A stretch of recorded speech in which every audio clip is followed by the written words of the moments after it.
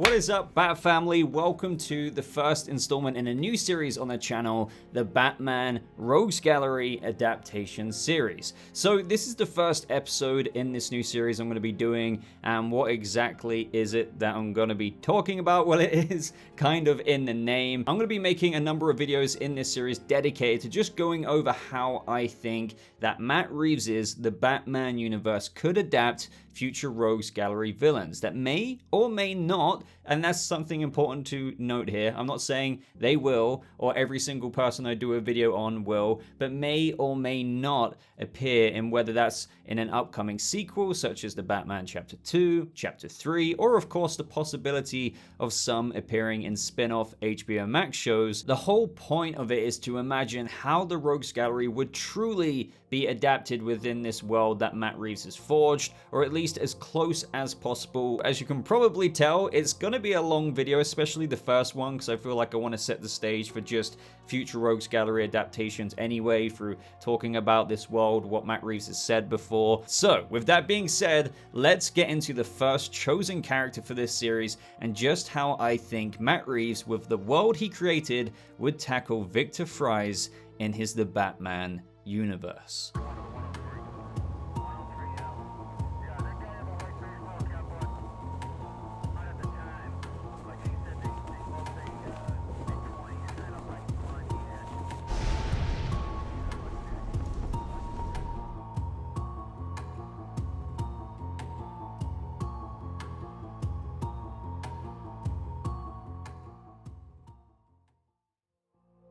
Right before we get into any of the details of the approach to Freeze's adaptation, I think a good starting point is actually what Matt Reeves has said himself about Mr. Freeze in his universe. But I think this extends to each and every fantastical-ish or to mega fantastical Rogues Gallery character. So he said during one of the press events for the Batman, when asked about Mr. Freeze, "In my view, I just feel drawn to finding the grounded version of everything. So to me, it would be a challenge in an interesting way to try and figure out how that could happen. Even the idea of something like Mr. Freeze, that's such a great story, right? I think there's actually a grounded version of that story, which could be really powerful and could be great. I think to me, what would be interesting would be to try and unwind the fantastical and see, well, how could that make sense here in the Batman saga? And so that's my kind of view, how I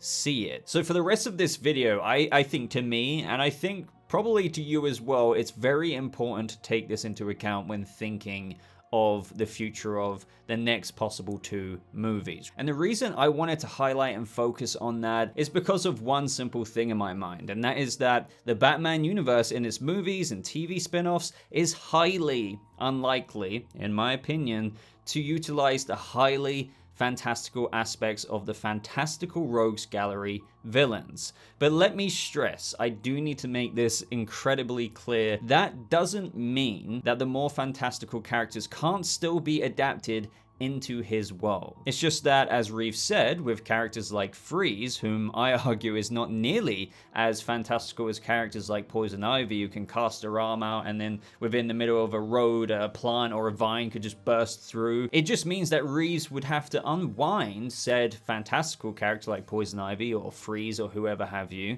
and see how that could make sense in the world we saw in that first movie. And I'm very adamant you can still do that character without the very fantastical aspects. And before I move on, I know there's going to be people watching right now who really don't like that or completely disagree. Some fans out there, and I completely understand why, by the way, might even outright refuse to acknowledge it, insisting that very fantastical villains, for example Poison Ivy, actually using her hands to conjure up plants in the middle of a road, bursting through the tarmac or whatever have you, can be done and is possible within Matt Reeves' Gotham. But from where I'm standing with this, after observing everything I've taken out of what Matt Reeves has said, it just tells me those kind of fantastical aspects aren't possible in this world, nor, as Reeves said, even when it came to a character like Mr. Freeze, he wasn't talking about Poison Ivy's powers there, nor his interest. But as he said, it would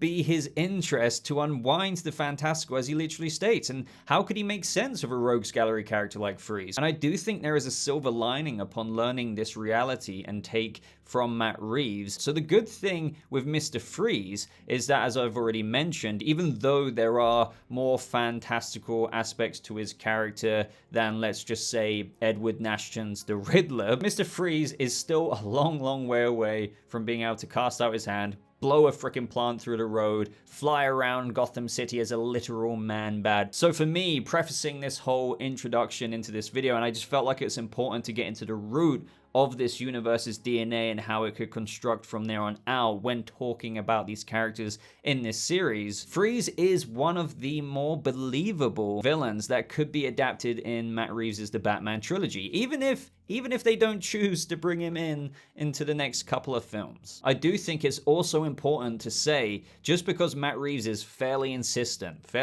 about unwinding the fantastical and how he can make it work in this world, that it doesn't mean that he wouldn't walk the line of fantastical with some of these characters, somewhat hinging on the edge of what is actually realistic and what isn't. An example of this, just to kind of get you in the right headspace for it, and I do apologize if you've heard me say this before, but it's the only way I can really try and make it make sense, is that during the Planet of the Apes movies, yes, granted, Matt Reeves was brought in to do the second one from there on out and not the first one, but the apes and their side effect of intelligence were grounded in our world. So that's what's so cool about those movies. So it was a grounded take of the Planet of the Apes. However, there isn't a literal drug that exists today that can evolve apes to the extent of where they become as intelligent as they are in those movies. So I hope you get my drift there. Even though it's not likely that he would go to the extent of straight up adapting Poison Ivy's powers as seen in the comics or insert another rogues gallery villain example here, it wouldn't mean that despite things being fairly grounded in the Batman world, that there wouldn't be a stretch of the reality to incorporate something that technically doesn't exist within our real world reality today. So for a very rough example with Mr. Freeze, perhaps Matt Reeves could still incorporate Victor cryogenically freezing his wife Nora due to her illness. This example being that in reality we can't cryogenically freeze someone today and unfreeze them for them to go about their daily life after that as normal. Don't get me wrong, some people in our reality out there actually do choose to get their brains or heads frozen when they know that they're on their deathbed for a lot of money. But yeah, you can't be cryogenically frozen and then unfrozen and then all is good. However, maybe in the Batman, Matt Reeves would stretch it to that. It's not a far stretch from the imagination, and thus bends the fantastical with the grounded and unwinding this fantastical, as Matt Reeves puts it. So I do believe that there is some hope there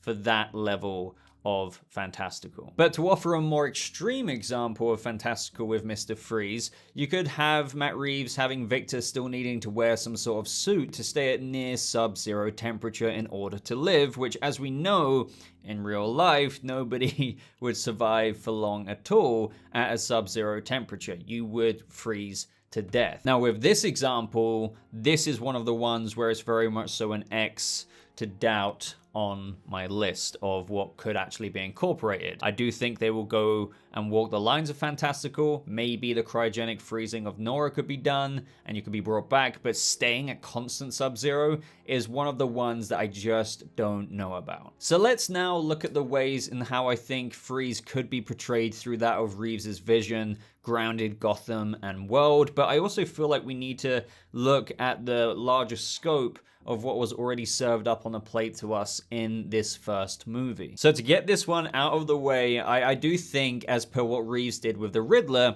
if Freeze was to be done, it wouldn't be a full-on Mr. Freeze suit. I know, blasphemy to some people, but hear me out. Even the Riddler, who isn't a fantastical rogues gallery villain, had more of a prototype suit, if you will. But that doesn't discount him visually looking more like his comic book counterpart in design later on in the Batman universe after having escaped Arkham eventually, even if we never get to see it. I mean, we might do. We got that scene at the end with him and Barry Keoghan's Joker, but you get my point. Everything was at the infancy here, so he had a bit of a infancy style get up. So in my mind and through what I see here, I do believe that Matt Reeves would take a similar approach with Victor Fries. And to be honest, most of the villains, as they eventually announce themselves to Gotham one by one in Pattinson's Batman's future. If there was one thing that Matt Reeves made fairly clear in his Gotham in the first Batman movie, it is that most of all the villains are in their infancy. Barry Keoghan's Joker was already locked up in Arkham Asylum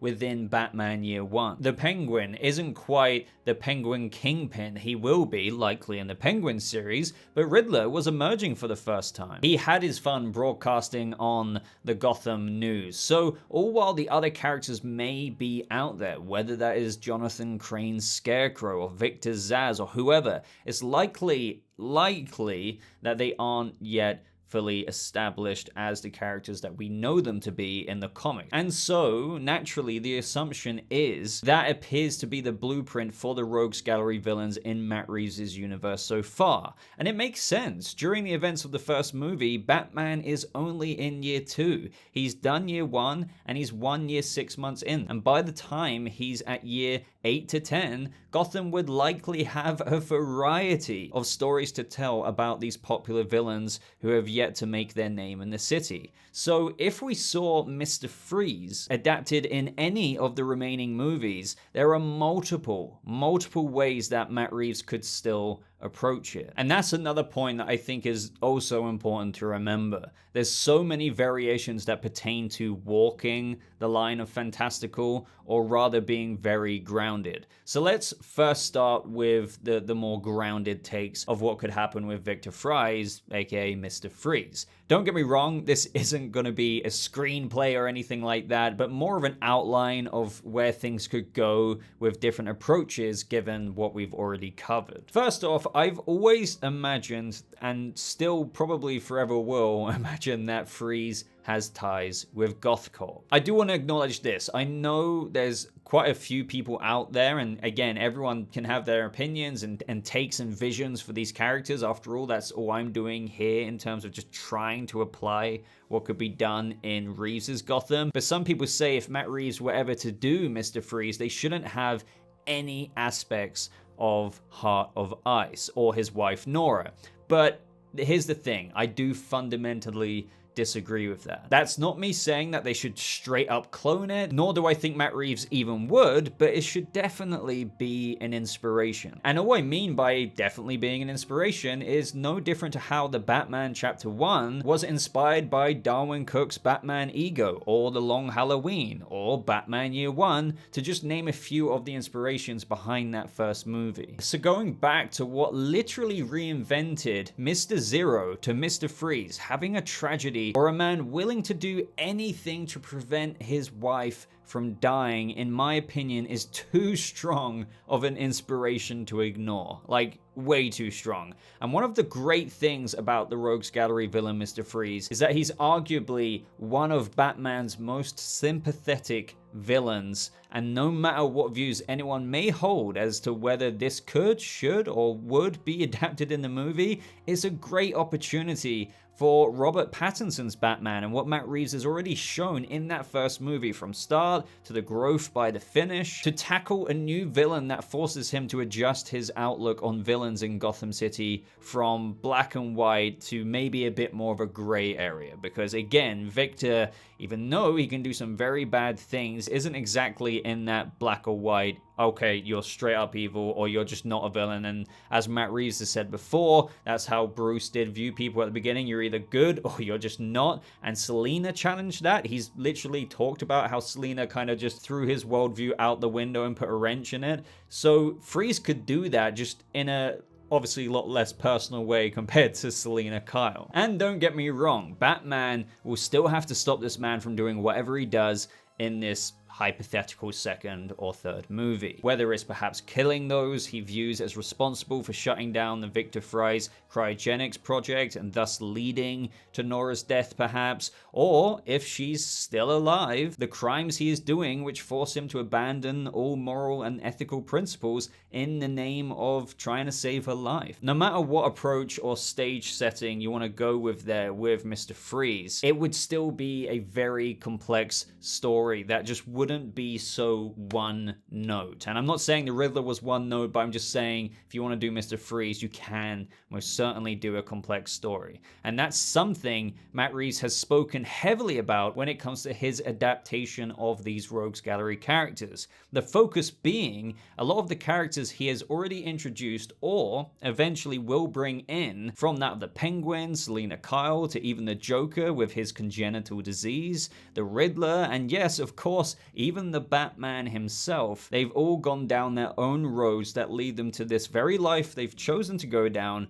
all stemming from one root: some form of trauma. So with Victor Fries, Mr. Freeze, you have to consider, what would his version of trauma stem from? For the Batman, we all know Bruce lost his parents, the trauma that sparked him to go down one particular road. For the Riddler, after living a life of being disregarded with false promises of renewal and uncovering a vast amount of corruption in his day job as a forensic accountant, he went down that road. So on, so forth with each and every character. So with Mr. Freeze, of course, there are a few avenues that this could go down for him. One being that in the inception of the movie, perhaps the story would already be in a place where Victor is trying to figure out how to save his wife Nora from an incurable illness. Perhaps the only reason he got this job at this life-crushing entity known none other than GothCorp was out of helping his wife, pertaining to somewhat of a traditionalist Freeze adaptation. And if they decided to go down more of a traditionalist Freeze adaptation, perhaps Victor, of whom we can't forget is also a brilliant scientist who possibly even abandoned this job of teaching beforehand to work at GothCorp for the sole reason of helping his wife. And he's come so far in his research that he feels on the precipice of a breakthrough. But unfortunately, it might not be soon enough, as Nora's illness is accelerating too fast, which could then lead to the whole aspect and inclusion of the character known as Ferris Boyle. As has already been explored in Mr. Freeze's story and backstory, if you will, he learns that Victor Fries' cryogenics research that he thought he'd shut down previously, cutting the funding since it was leading GothCorp into a lot of debt, is still being continued by none other than Victor. So he comes in, shuts it down, and this is the catalyst for what sends Victor into overdrive. However, even with all of that discussion and possible backstory that Matt Reeves could adapt, no matter what here, this is where I get to the point of a divergence with my ideas of how Reeves could adapt the story. In terms of one branching off down the more grounded route, yet walking the line of fantastical still, and then the other just going full on grounded. And why is that, you may be wondering? Well, that's because,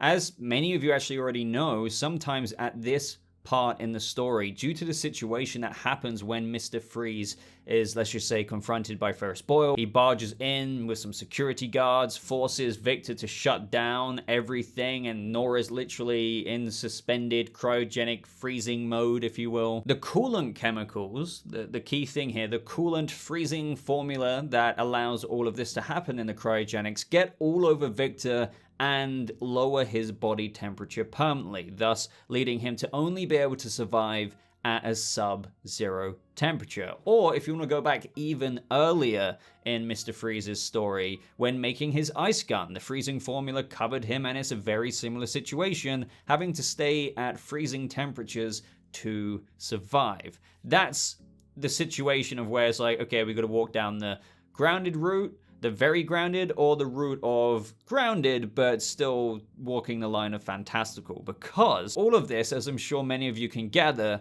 would be very, very fantastical. And I question very much, this is the thing, I question very much the likelihood of Matt Reeves incorporating this aspect of the story into this hypothetical sequel. And again, I know people, or some people out there be like, you can't do Mr. Freeze without having him literally stay at freezing temperature. I think you can. Like, I know you can. It just might not be your preference. That's the thing. So he can either still do that, and I believe there is not too much of a stretch from the imagination of having Nora, his wife, cryogenically frozen. I think the world can stretch to that, truly. But having the chemicals or the coolant for the cryogenics in his research of cryogenics cover his body, or whatever happens that allows him to stay at a sub-zero temperature, or has to stay at a sub-zero temperature to survive. So Victor's walking around like that, and that might be why he needs this refrigerated suit to stay at that temperature. That's where I think for Matt Reeves, that wouldn't be unwinding the fantastical. But the thing is, as I said, you can still do it, because let's just say Ferris Boyle shut down the project. His wife dies because he has to turn off the power to the cryogenic freezing that's fueling her being frozen, and thus slowing the progression of her illness. Freeze after that, or Victor, could still have his own vengeance here. He could use equipment from GothCorp and still have the same MO and revenge from here on out in the movie that would lead the Batman and Gordon to investigate. I do also want to note that if this movie was ever to get made with any of these ideas, that it would be pretty interesting to do it in such a way that the movie could pick up with these events having already happened. For example, and I actually do kind of low-key like this idea, just like with the beginning of the first movie, Jim Gordon leads the Batman to the mayor's crime scene, and we go from there on out. In a similar way, not that I'm saying it will go exactly like this is just an idea, but it could be a good way for general audiences who might not be so familiar with the origin story, and even if you are, there could be obviously differences in this adaptation, but roughly, Jim and Batman could be investigating another murder or string of murders, all having similar clues, this time perhaps starting with Ferris Boyle. Nobody knows why the owner of GothCorp is dead, but the crime scene could have a bunch of, water all over the place, right? Beginning the trail and raising the question for why that clue is so consistent at every crime scene. After some time, one thing leads to another, such as another possible fatal wound on Boyle being questioned, and they come to the conclusion that it's melted ice, or something like that. I don't know, heavily bringing in the Reeves detective-driven Batman. As the movie progresses, they both unravel the events of who is the person behind this, what motivates this suspect, as Batman will inevitably want to build a criminal profile on this suspect, the motive and the method, similar to how Batman was so unnerved and desperate to profile the Riddler by the time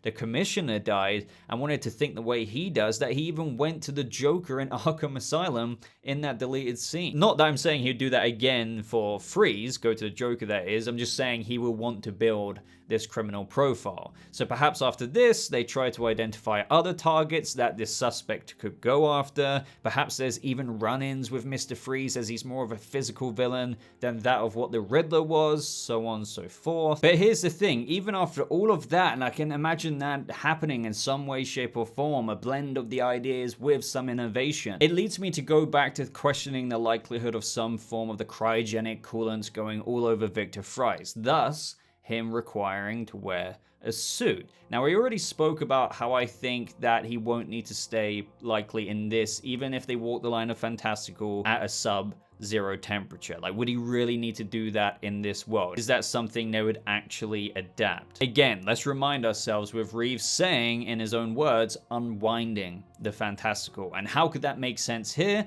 Well, I just don't think that would happen, but that doesn't mean that he wouldn't still incorporate a large story of that portion and walk the line of some of those ideas. So this could mean Victor could still be that brilliant scientist as we went over. Perhaps he left his teaching role to just, again, sell his life to GothCorp, but only with the secret agenda of trying to do the advanced research to save his wife. He strayed from his role and ignored the shutdown of the cryogenics research, and thus, as we've already been over in somewhat of a bit of a synopsis for the plot, he could blame certain individuals for why Nora's reaching death, or perhaps already died. That's something to consider as well. Freezing them in the same way his wife was, to add that kind of poetic aspect to their death. As a result, there could be some unrealistic aspects, such as a cold gun obtained from Gothcorp. And again, I'm not talking like a full-on Mr. Freeze gun or a Captain Cold ice freaking blasting gun, but something that they used perhaps as a tool that's been modified from Victor's scientific ways, utilizing the cryogenic research likened to that of a liquid nitrogen-esque tool that's been built at Gothcorp, and he could use as his murder weapon, leading to the Gotham News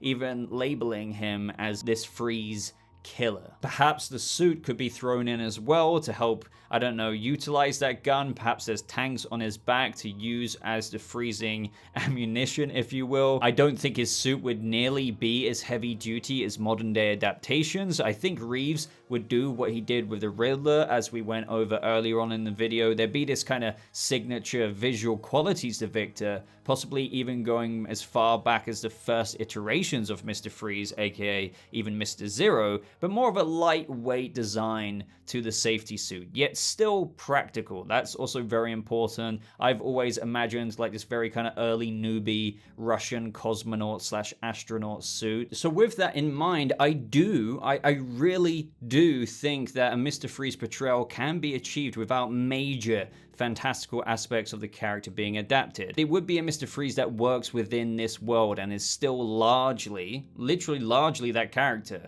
Again, as the story beats we already went over. Gothcorp, Nora, actually even walking the line of fantastical and freezing her. That might get shut down. This leads and spirals him into what unfolds next in the movie. As a result of that, he might get this apparatus from Gothcorp that he equips and uses throughout his killings in the movie, or whatever he's doing. Again, that depends if Nora's still going to be alive or if she's already dead by the time the events of the movie even pick up. The only thing I fear with this line of thinking, if he's already wearing a Gothcorp safety suit, he's utilizing some, lab equipment or tech from the cryogenics research to kill with maybe some liquid nitrogen-esque killing or cryogenic freeze killing. And if all the story happened before the events of the movie, and all we do see at the beginning of the movie as we learn the backstory through and through, again, us fans might know a little bit more about what's to come, but the general audience might not, and maybe Victor is just killing and getting revenge, is that it would feel, and this is why I worry about Matt Reeves' movies in general, is that it could have a similar format to the very first movie, or even the villains before that, because Riddler was a killer. Who was before that? Who got put away in Arkham? The Joker. Barry Keoghan's Joker was a serial killer who got put away. And of course, like, Barry Keoghan's Joker story is probably still vastly different to Edward Nashton's. Like, there was a whole backstory to Paul Dano's Riddler that caused him to be the man he was, uncovering this corruption in Gotham for his forensic accounting job, his own personal motivations there, going all the way back to when he was an orphan at Wayne Manor. So there is still large differences. The similarities would be victims, Batman and Jim arriving at the scene. Okay, so who did this? How was this murder done? Oh, there's this clue with water being left behind. Let's unravel that. What could that mean? Who could the next target be? Where did this solution come from with the melted liquids? Does that link back to Gothcorp's cryogenic So all of that's like really cool. But again, you might start to see a little bit of a pattern with how each installment in this Batman trilogy, even if it has a completely different villain / character,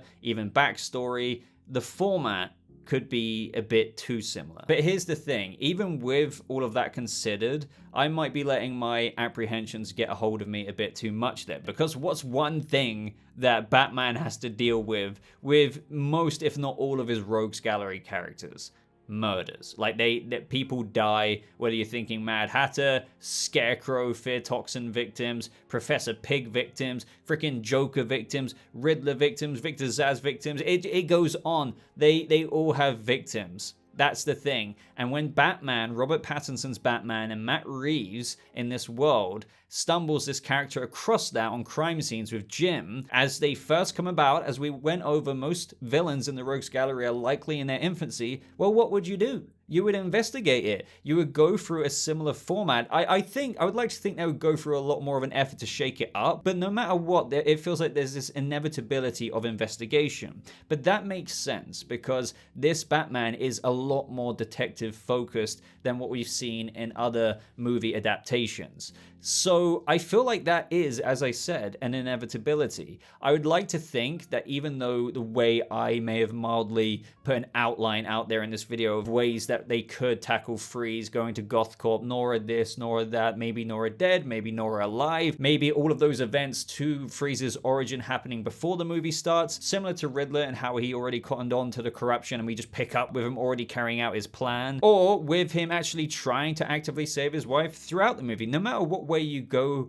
about it, Batman, when he comes onto the scene, when the viewer is going through the point of view perspective of Batman, just like the first movie, there will always be an investigation unfolding. There will always be likely victims of whatever's happening that lead to the GCPD, Jim calling up Batman, Batman investigating, something happening with the news, this Freeze killer going around. So I do want to cut some slack there because I was putting a bit of doubt into the ideas of how this would be executed, thinking about how could this just not be similar every movie. But then I realized, obviously, with some creativity and a lot of effort put in by Matt Reeves and Mattson Tomlin or whoever would be writing this hypothetical movie of Mr. Freeze, to make it seem a little bit different in the format and how they do it, there will always be similarities in Batman's investigations, no matter who the Rogues Gallery villain is. Because if this video was about Scarecrow, if this video was about the ventriloquist, no matter what story ideas and what story beats we could get into with how that's adapted throughout the movie,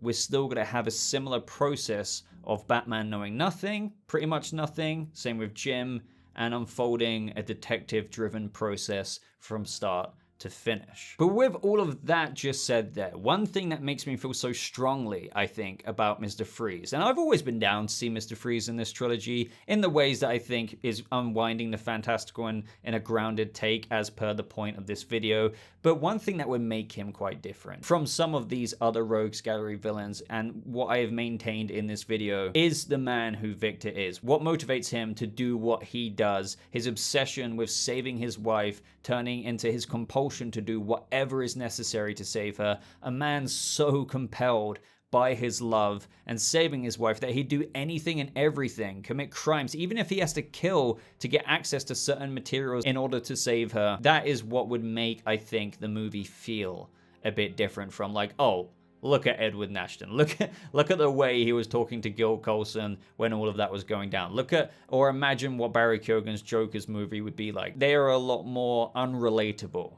compared to someone like Mr. Freeze would be. Even though, I will give credit though, Matt Reeves still would probably try and make Joker relatable with his congenital disease and get into that trauma of dissecting that villain's past, even if you remotely don't or can't condone what that villain, obviously you can't condone what they would be doing in the present day. And ultimately with Mr. Freeze here, I just feel like if you take away Nora from when you're introducing Mr. Freeze for the first time, and let's just say she has nothing to do with the story, then Victor, to me, is a little bit more of a hollow story for a sequel movie to do.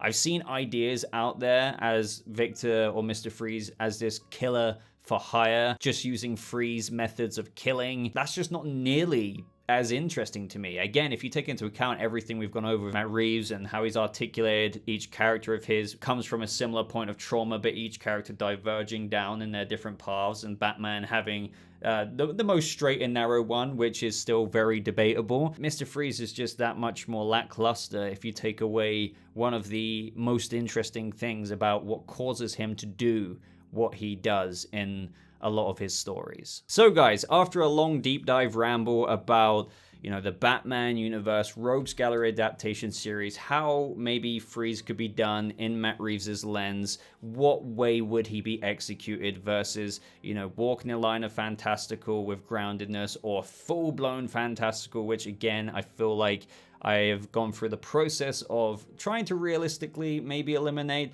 What do you think, and how do you think this character could be done in this lens. Do you agree with anything I said? Do you disagree? Do let me know. I love hearing any and all perspectives here. Do you think certain parts of the plot can be done in a certain way? Do you believe that maybe removing Nora entirely and just maybe making Freeze to be a killer for hire? But again, how would that be done? Or do you think it should be done with Nora, a similar traditionalist backstory, but of course, with writers like Matt Reeves and someone like Mattson Tomlin, they would innovate and make it a fresh take as well. Just think of Riddler and the way he was very accurate, yet there was all this innovation there, pertaining still to a lot of the character's traits and just attributes to make who Edward Nashton's Riddler is, yet true to the comics, but still something fresh. That can be done with Freeze. Do you agree with me that maybe sub-zero temperatures isn't so much of a realistic thing in this universe, but that doesn't negate using GothCorp safety equipment of what he was using at the cryogenics research that he was conducting, along with perhaps a unique murder weapon, such as using a freeze gun or something like that, that is somewhat walking the lines of fantastical as well? Do you think a large portion of it could happen before the events of the movie and it picks up with Ferris Boyle dying, and then Batman and Gordon in similar fashion have to kind of just learn everything as the audience learns it as well? I can honestly offer a bunch more questions, but I think you get the gist by now. I hope you enjoyed this video. I know it's a lot more long form content, but I've always just wanted to tackle each Rogues Gallery character, and I know this one was a bit more of a rough kind of outline and ramble, but I think a lot of what we talked about here will also skim off some of the length of the future videos, just given what we went into with how Matt Reeves said he's going to tackle these future characters. So in future videos, I will try and get into maybe a little bit more of the plot. For example, with Poison Ivy, without metahuman powers, how exactly would she be done? Without these powers, how exactly would she assert her control over whatever she's trying to do? I know there are ways to do that, and I have got some very interesting ideas there. So do consider subscribing to stay up to date on absolutely everything. But thank you